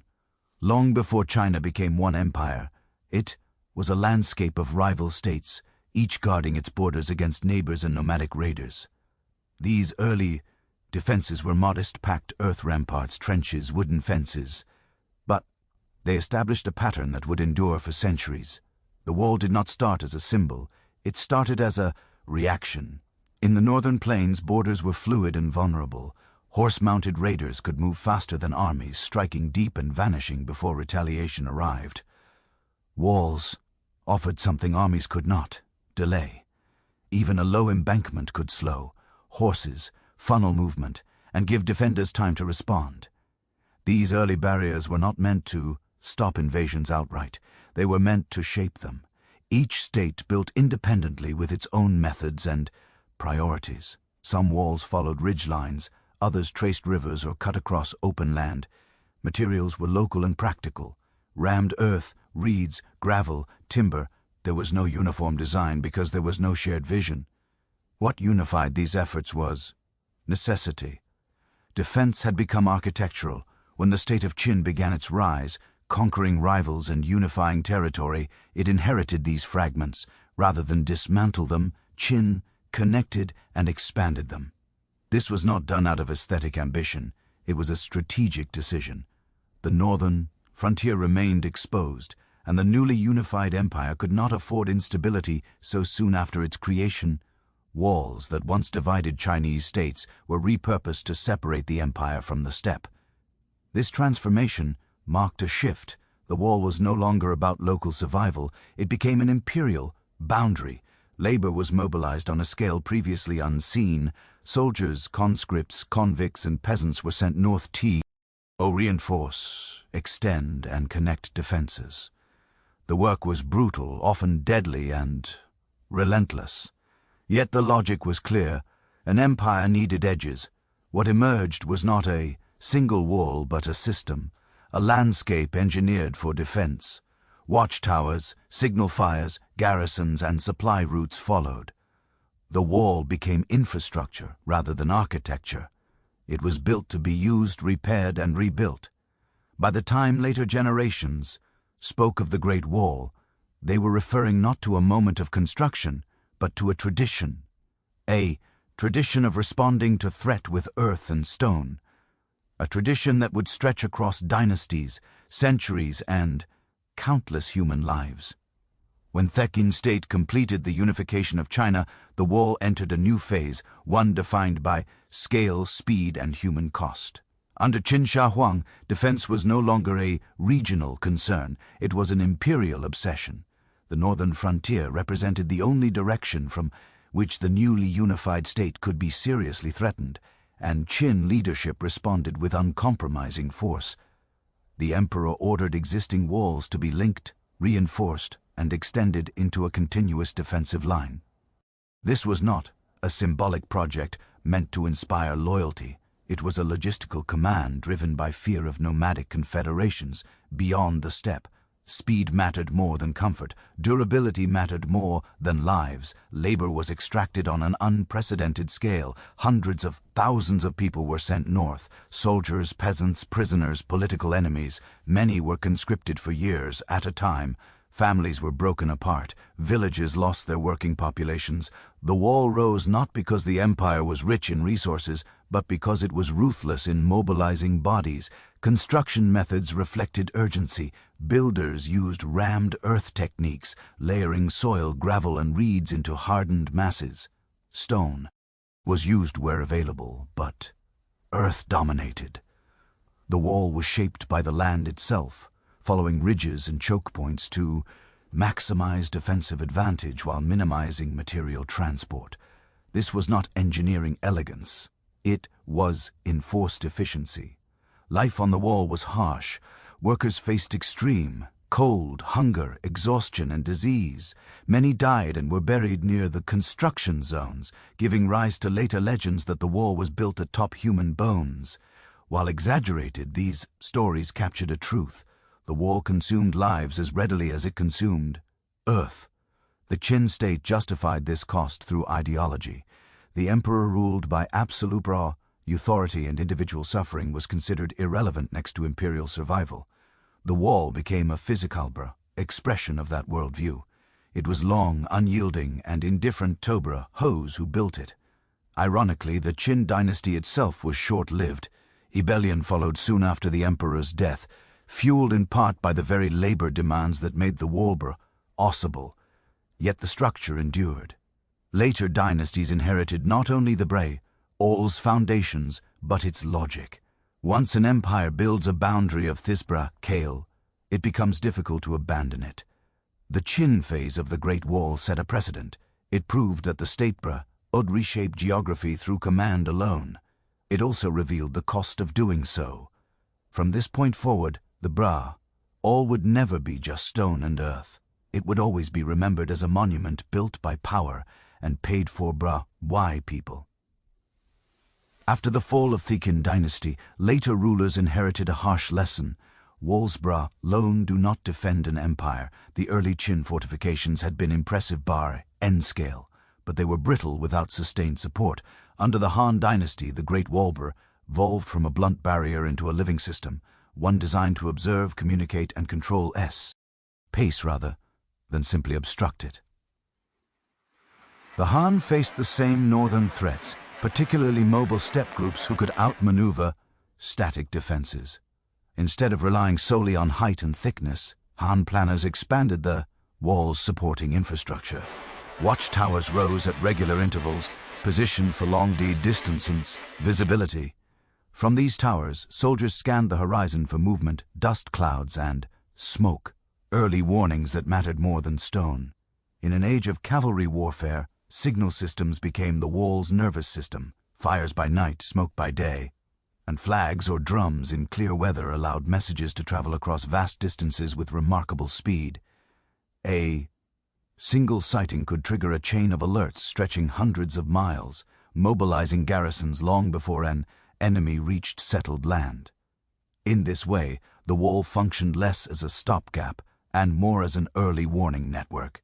Garrisons were integrated directly into the wall's structure. Soldiers lived along the frontier year-round, farming nearby land to sustain themselves. This reduced supply strain and anchored military presence permanently to the border. The wall became inhabited space, harsh, isolated, and disciplined. Life there was monotonous, punctuated by long silences and sudden alarms. The Han also used the wall to regulate movement. Gates and passes controlled trade, diplomacy, and migration. The wall did not seal China off completely. It filtered interaction. Merchants passed through checkpoints. Envoys were monitored. Nomadic leaders negotiated at designated crossings. The wall thus became an instrument of policy shaping how China engaged with the outside world. This period marked a conceptual shift. The wall was no longer just defense. It was administration stretched across the landscape. It defined where imperial authority began and where it faded. By turning the all into a system rather than a structure, the Han ensured its longevity. Stone could crumble, but networks endured. Observation, communication, and control transformed the Great Wall into something more subtle and far more effective than a mere line of fortification. The Great Wall did not grow steadily. It expanded and decayed in cycles, rising and falling with the fortunes of the dynasties that inherited it. After the Han period, imperial attention shifted inward. Civil wars, fragmentation, and changing political priorities meant that long stretches of the wall were abandoned to wind and erosion. Grass crept over ramparts, watchtowers collapsed. In many places, the wall returned quietly to the earth from which it had been raised.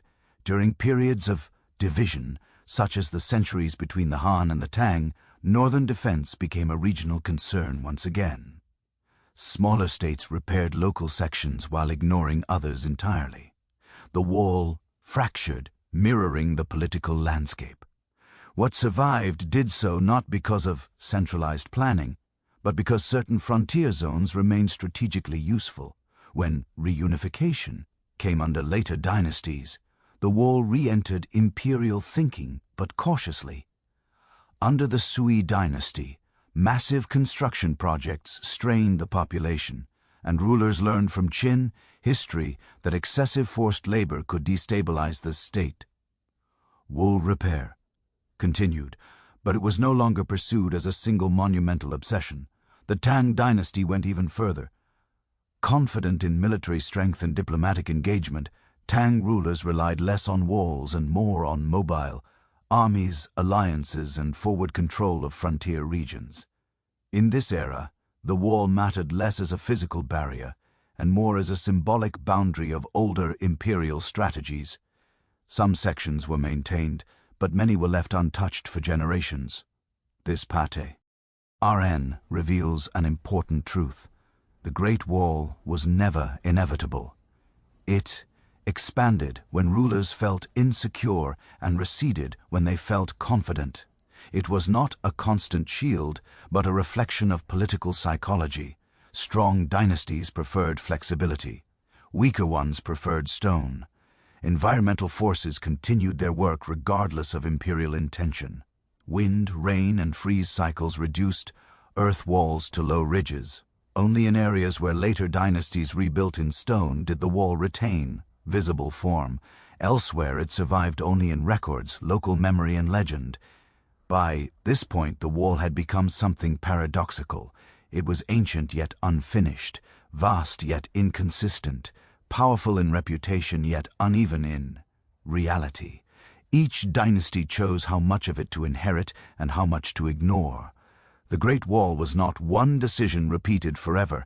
It was a conversation across centuries between fear, confidence, and the limits of state power. The Great Wall reached its most recognizable form under the Ming dynasty, not because the threat was new, but because the fear was renewed. After the collapse of the Mongol Yuan dynasty, the Ming rulers inherited an empire deeply scarred by foreign rule. The northern frontier, once governed from Beijing by steppe elites, was now a source of anxiety rather than expansion. For the Ming, the wall was no longer optional. It was a statement of separation. Unlike earlier dynasties that relied heavily on earthworks, the Ming rebuilt the wall in stone and brick. This was a deliberate shift. Stone endured where earth eroded. Brick resisted weather, time, and assault. The Ming wall was not meant to delay. It was meant to hold.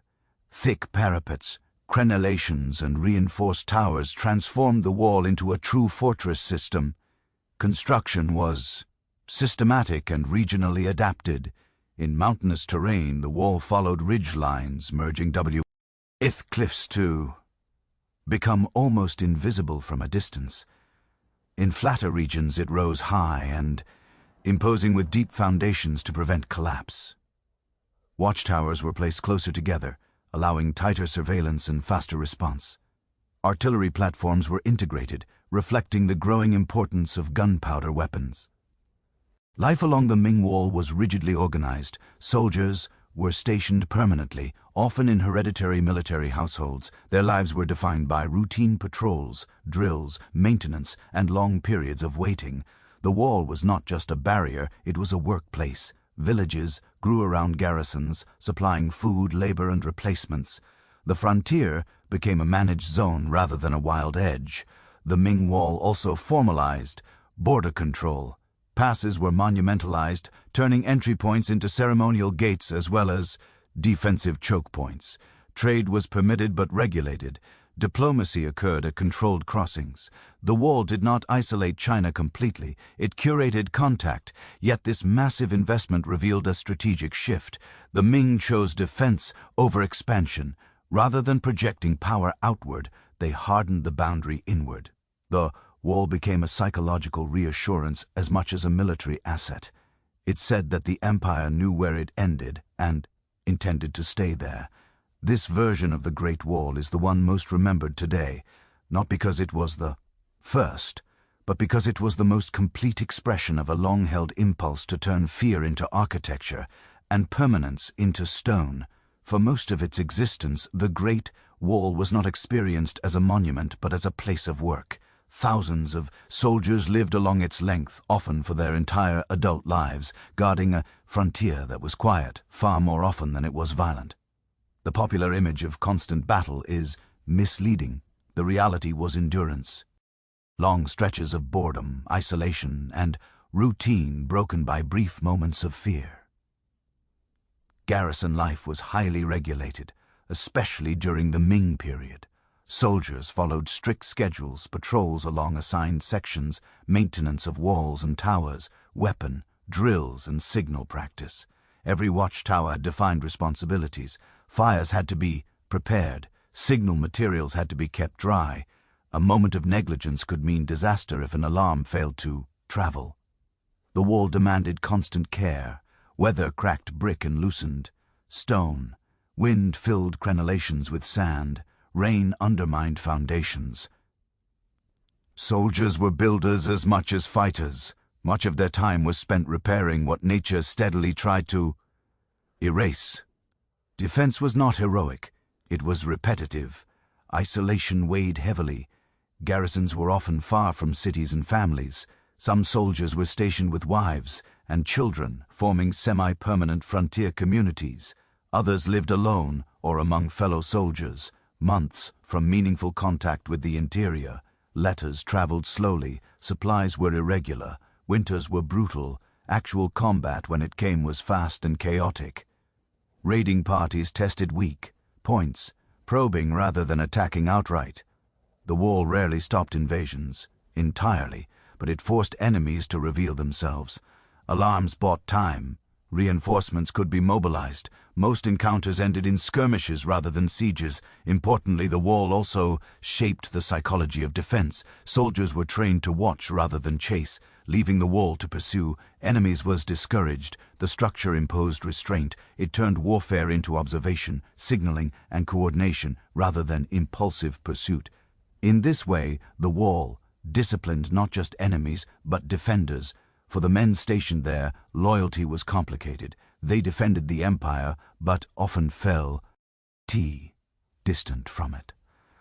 Their lives were consumed by maintenance and waiting, not glory. Yet without them, the wall was meaningless. Stone could not see. Towers could not decide. The wall only worked because people endured its demands. This human layer is often forgotten. But the great wall was never just a line across the land. It was a lived environment, cold, exhausting and repetitive, held together by soldiers whose names were rarely recorded, but whose presence made the entire system possible. Long after sections of the Great Wall crumbled or fell silent, stories filled the gaps. The wall became more than defense. It became a vessel for memory, grief, and meaning. For generations, people explained its scale not through policy or logistics, but through legend. Stone alone could not account for something so vast. Stories had to finish the work. The most enduring of these is the tale of Ming Jianggu, whose husband was taken to labor on the wall and never returned. According to legend, her grief was so powerful that it caused a section of the wall to collapse, revealing his bones. The story is not historical, but it survived because it expressed something true. The wall consumed lives, separated families, and demanded sacrifice from people who gained little in return. Myth gave those losses a voice. Such stories softened the wall's image while also condemning it. The wall became a symbol of state cruelty and human endurance at the same time. It was admired and feared, mourned and respected. In folklore, the wall listened, it remembered, it punished arrogance and rewarded devotion. These were moral frameworks applied to an inhuman structure. Poets and scholars added another layer. For them, the wall represented distance between center and frontier, ruler and soldier, civilization and wilderness. It appeared in verses as a place of exile, duty and longing. Opposing to the WA, meant absence from home, years lost to silence. Even when no battle occurred, the emotional cost remained. Over time, the wall's meaning shifted again. As dynasties passed and threats changed, the wall stopped functioning as an active frontier in many regions. But it did not disappear from cultural memory. Instead, it hardened into symbol. It came to represent perseverance, unity, and historical continuity. Ideas that had little to do with its original purpose, but everything to do with how later generations needed to understand the past. This transformation matters. The Great Wall outlived the fears that built it by becoming something else entirely. It turned from military infrastructure into cultural inheritance. Its stones no longer warned of invasion, they warned of forgetting. In this way, the wall's greatest strength was not defensive. It was narrative. Even broken, even abandoned, it continued to shape how people understood power, suffering, and time. The empire that built it vanished. The stories did not. And so the wall endured, not only across the land, but across imagination. For all its scale and symbolism, the Great Wall was never an impenetrable shield. It was a tool, effective under certain conditions, fragile unders. Its greatest weakness was not height or thickness, but dependence. The wall only worked when the state behind it was strong, coordinated, and willing to sustain it. When those conditions faltered, stone offered little protection. By the late imperial period, especially under the Qing dynasty, the wall's strategic value diminished sharply. The Qing rulers themselves originated from beyond the wall. They did not conquer China by smashing through fortifications, but by assing through gates opened by political collapse, corruption, and betrayal. The lesson was brutal and clear. Walls do not stop enemies invited inside. Even earlier, nomadic forces had repeatedly bypassed or neutralized the wall. They bribed guards, exploited poorly defended passes, or simply went around unfinished sections. The wall was strongest where the state was present and weakest where attention waned. In times of famine, rebellion, or fiscal strain, maintenance collapsed, towers emptied, signals failed. The wall remained, but it was hollow. This exposed a deeper truth. The Great Wall was never a substitute for diplomacy, military readiness, or internal stability. It amplified strength, but could not replace it. When the court was unified and responsive, the wall functioned as intended, delaying attacks, buying time, and shaping engagement. When the court fractured, the wall became a long reminder of lost control. By the 18th and 19th centuries, advances in warfare further eroded its usefulness. Artillery could breach stone. Modern logistics allowed armies to move around static defenses. The wall became obsolete, not through destruction, but through irrelevance. It was still there, but it no longer decided outcomes. And yet, failure did not erase meaning. The wall's inability to protect the Qing did not diminish its historical weight. Instead, it reframed it. The Great Wall came to symbolize the limits of defensive thinking, the idea that security could be achieved through barriers alone. History suggested otherwise. Empires that relied too heavily on walls often did so when confidence was already slipping. The wall was a response to fear, not a cure for it. Its failures were not architectural, they were political. In this sense, the Great Wall's collapse as a defensive solution was also its final lesson. Power does not endure because it builds higher walls. It endures because it manages people, resources, and legitimacy. When those fail, even the longest wall in the world becomes just another road for history to walk across. By the time the Great Wall ceased to function as a meaningful military system, it had already transformed into something far larger than its original purpose. What remained was not a defensive line, but a historical presence stretching across mountains, deserts, and memory. The wall no longer defined where danger began. It defined where history had passed. What makes the Great Wall remarkable is not that it worked perfectly, but that it was attempted at all. Few states in human history tried to hold geography itself in place for centuries. The wall represents an ongoing argument between land and authority, between movement and control. Each dynasty that repaired or extended, it believed briefly that permanence could be engineered. In reality, the wall never froze the world outside it. Cultures crossed it, armies crossed it, ideas crossed it. What the wall did was slow, channel, and record those crossings. It left scars on the landscape where politics met terrain. Those scars are still visible today. Over time, the meaning of the wall inverted.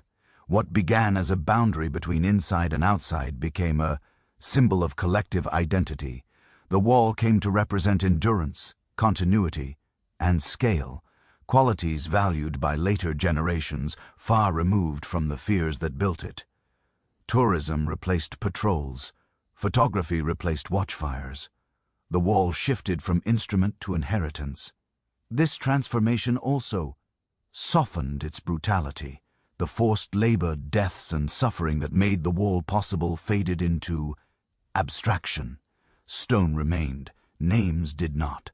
The wall became admirable partly because its cost was no longer visible. That distance is uncomfortable, but honest monuments often survive because their human price does not. And yet the wall still teaches. It teaches that states respond to insecurity with construction. That fear can be poured into architecture. That power often PR. Prefers solidity over flexibility, even when flexibility would serve it better. The wall shows both ambition and limitation in the same line of stone. In the end, the Great Wall did not protect China forever, but it did something rarer. It preserved a record of how long an empire tried. It marks centuries of decision, labor, and belief layered one atop another. The wall stretches on, broken and whole at the same time. No longer guarding an empire, it guards a question instead. How far humans will go to feel secure, and what they leave behind when security proves temporary.